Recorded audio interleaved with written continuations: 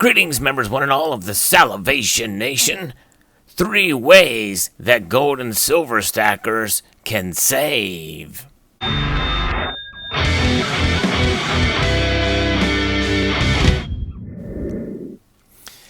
Yes, and you may think to yourself, there's probably more than 3, and there very well may be, but when you look at these 3 different categories, pretty much everything else falls underneath of these categories. But there's ways to be able to preserve your wealth, and typically that is what savings is all about. So the very first way is probably the most obvious way, and that is gold and silver.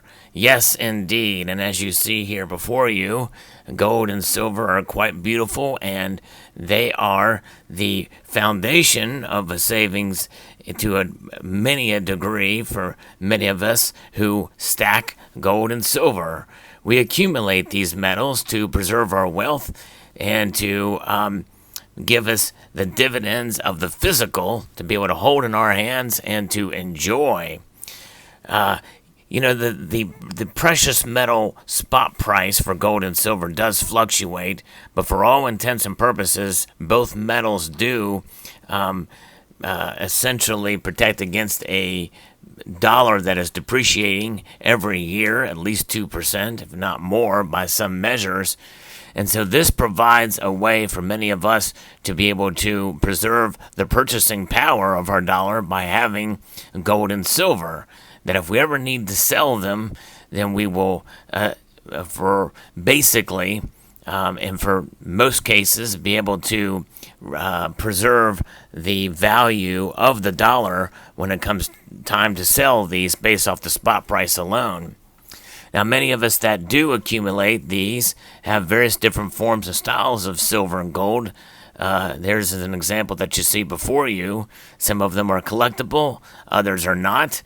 There's 3 different varieties there. You have the what's known as pure bullion, which comes in, the government issued, or what's known as generic bullion, and those have a very small premium over spot price. And then you have better bullion types of pieces that are semi-collectible that are issued and that have a larger premium. Some of those have the potential to increase in value over time, and so when you save those, it's almost like they do pay dividends in terms of their what's known as numismatic value. Then you have collectible coins that are made of precious metals, where the collector value, the numismatic value, is the main focus, and those types of things are a little bit riskier, but they do provide savings nonetheless. And so this being the most obvious choice, gold and silver, as a way to protect ourselves and to have a savings. And all a savings really is a way to preserve your wealth. Now, the next category may not do it quite as much, and that is cold, hard cash. Yes, indeed. These are Federal Reserve notes here, and they are what they are. They are currency that has a designation of a government decree known as fiat currency.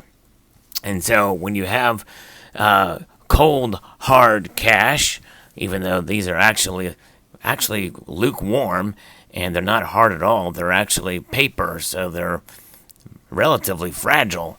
But these notes we hold, and we hold them outside of the banking system.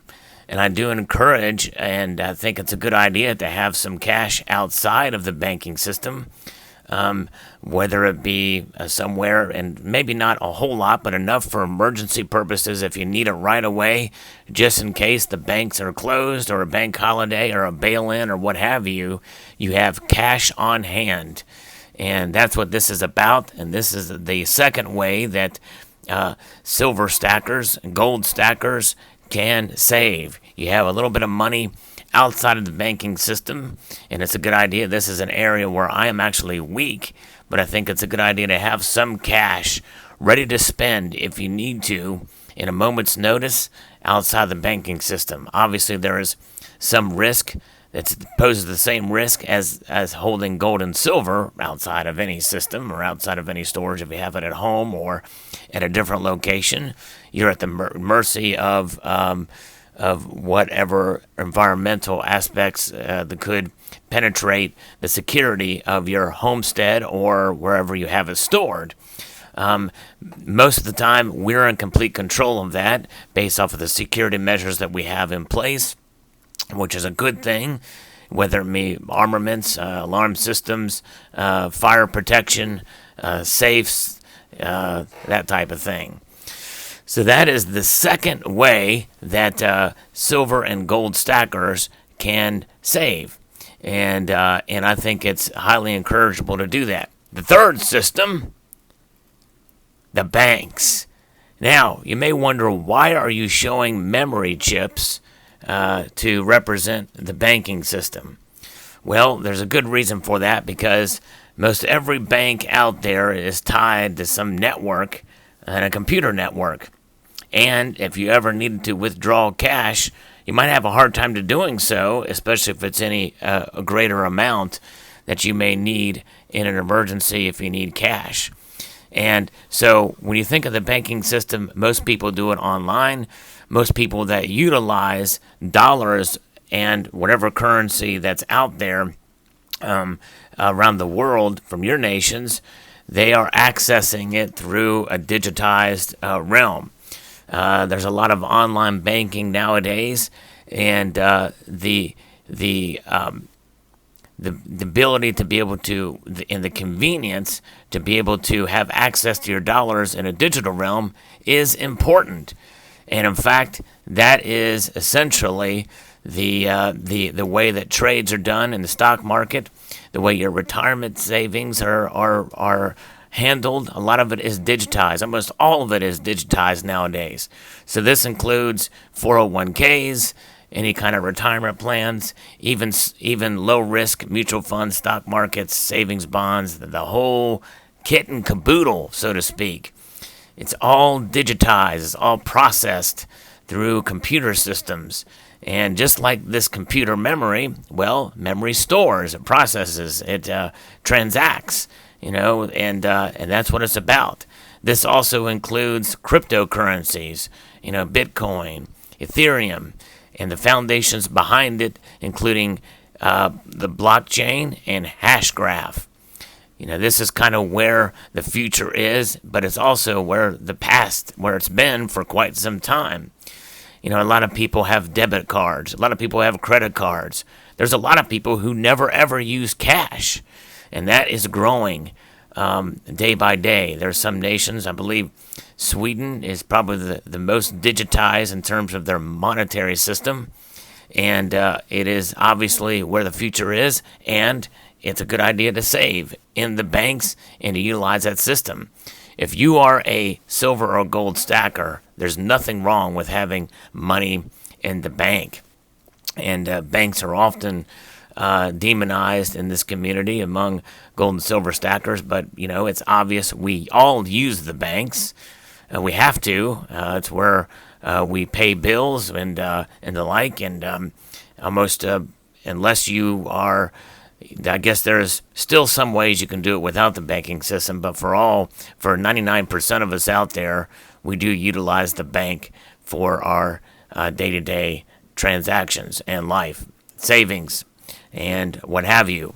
And by the way, there are a lot of ways to be able to help preserve your wealth in the banking system, but you're still at the mercy of that, which is why we stack gold and silver.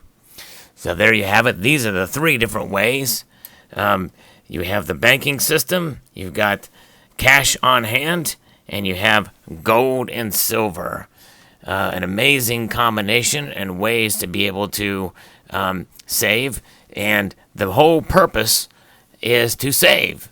And when we enjoy the fruits of our labor with gold and silver, we are saving and enjoying it. And I argue, and I think most will agree that watch this video, that accumulating gold and silver is the most exciting It's the most uplifting, and it's also the most I believe the physical evidence and the encouragement that we get from seeing the accumulation of these metals, I think is probably the most encouraging and exciting of all the different methods here. So, gold, silver, stackers, and accumulators out there, save on. I would like to extend a multitude of gratitude to you all for watching and encourage you to please rate, share, comment, and subscribe.